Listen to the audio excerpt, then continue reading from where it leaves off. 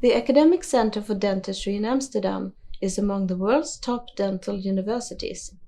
In 2020, a project at ACTA Preventive Dentistry, led by Professor Monique van der Veen, received €40,000 from Eklund Foundation. The project will investigate healthy food and healthy teeth in children from low socio-economic positions. But how will it be conducted? To learn some more, we set up an interview with Professor van der Veen.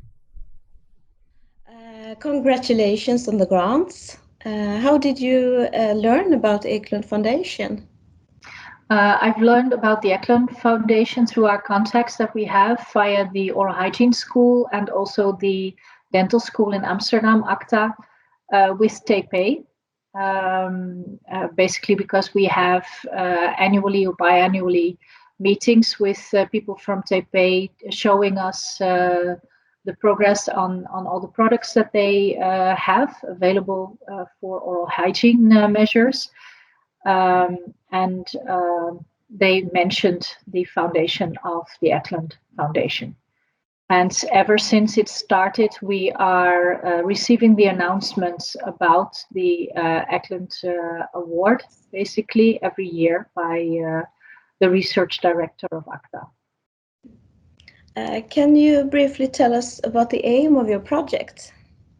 The aim of our project is to decrease the burden of caries and hopefully completely eradicate the burden of caries in the group of low socio-economic position in the Netherlands.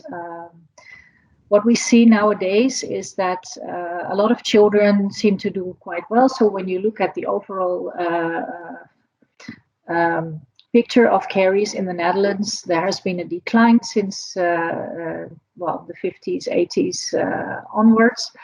And overall, children are doing okay. But when we look at the low socioeconomic position families, we see that a lot of these children still get caries. A lot of children get caries, around 30% when we look in the low SEP groups compared to only 20% in the high SEP groups.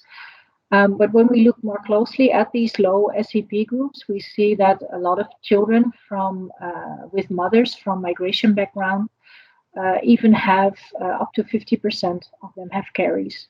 So there are huge discrepancies, and we want to do something about these discrepancies. And with this project, we want to not only reach them, we want to involve them in helping themselves and coming up with interventions that work for them.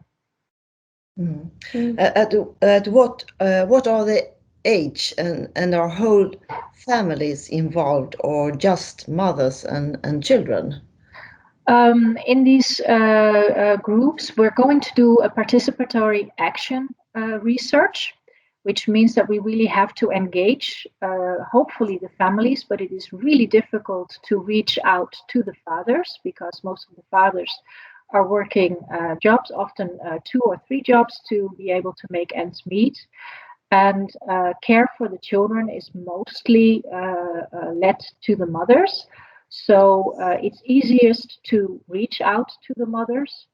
And what we are aiming at are families with young children. So through the mothers and talking to the mothers of these young children, we're looking at ages up to 4 or 5 years old. So before they actually go to school, by access through the mothers, we want to, in the end, also be able to make home visits, and then we can actually include the entire families. But this has to be within the schedule of the fathers, because when the fathers are working, most of them are working more than full time, it's difficult within the schedule. But so that means working weekends and evenings for the research team as well. Okay. What kind of results are you hoping for?